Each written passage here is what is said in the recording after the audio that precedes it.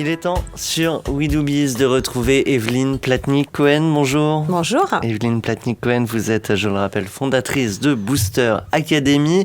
Aujourd'hui, on va revoir ensemble la génération Y, mais avec un angle, un regard un peu différent. On va s'intéresser à ces commerciaux, les commerciaux génération Y.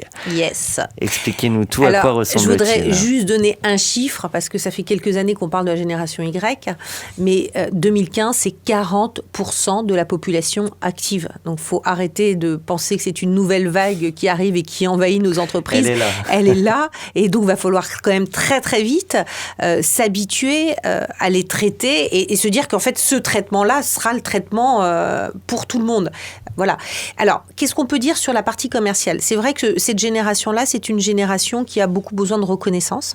Alors, est-ce que c'est les jeux vidéo qui font qu'avec les différents types de reconnaissance, de vie, de machin, je ne sais pas. Mais en tout cas, il y a cette besoin de reconnaissance. Donc, derrière un besoin de reconnaissance, il y a aussi un vrai besoin d'admiration de son supérieur hiérarchique et donc d'apport de compétences complémentaires. C'est-à-dire que ce sont des gens qui ont toujours besoin d'apprendre. D'ailleurs, le jour où ils arrêtent d'apprendre, ils changent d'entreprise extrêmement vite. Ils zappent.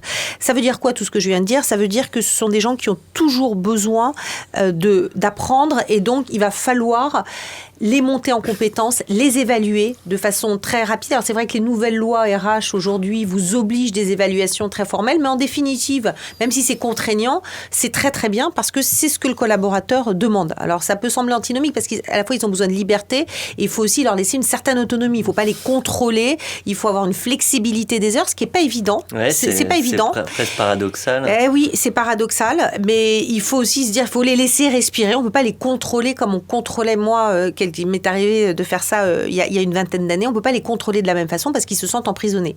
Donc, ce n'est pas possible. Donc, il faut arriver à trouver le bon état d'esprit. Alors, il y a cette partie-là qui est importante.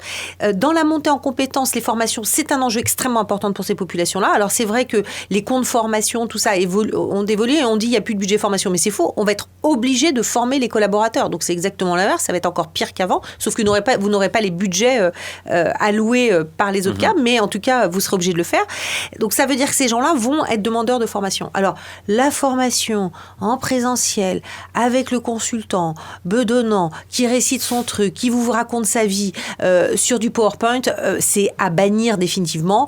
Il faut aller vers l'e-learning, il faut aller vers le blended learning, c'est-à-dire de l'entraînement, des nouveaux jeux vidéo, etc. Il faut moderniser tout ça. Des formations Vine, en 6 secondes. Exact, par exemple. Mais en tout cas, ce qui est sûr, c'est qu'il faut adapter les outils de formation. Et là, je peux vous dire qu'en tant qu'expert sur les sujets, les entreprises ne sont pas prêtes à adapter leurs outils de formation. Et puis, dernier point, c'est une génération qui a eu l'habitude d'avoir son iPhone, son smartphone, ce que vous voulez. Donc, si vous l'équipez avec l'ordinateur qui a 4 ans d'existence dans l'entreprise, qui est complètement ringard, qui fonctionne hyper lentement, si vous lui donnez un téléphone portable à côté de son smartphone, mais qui a aucune...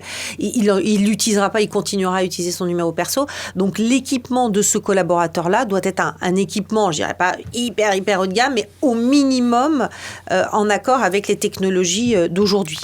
Un mot sur le sens qu'ils vont trouver dans l'entreprise ou l'offre peut-être. Alors ça, ils doivent être persuadés qu'en vendant, ils rendent service. Alors ça tombe bien parce que vendre, c'est rendre service.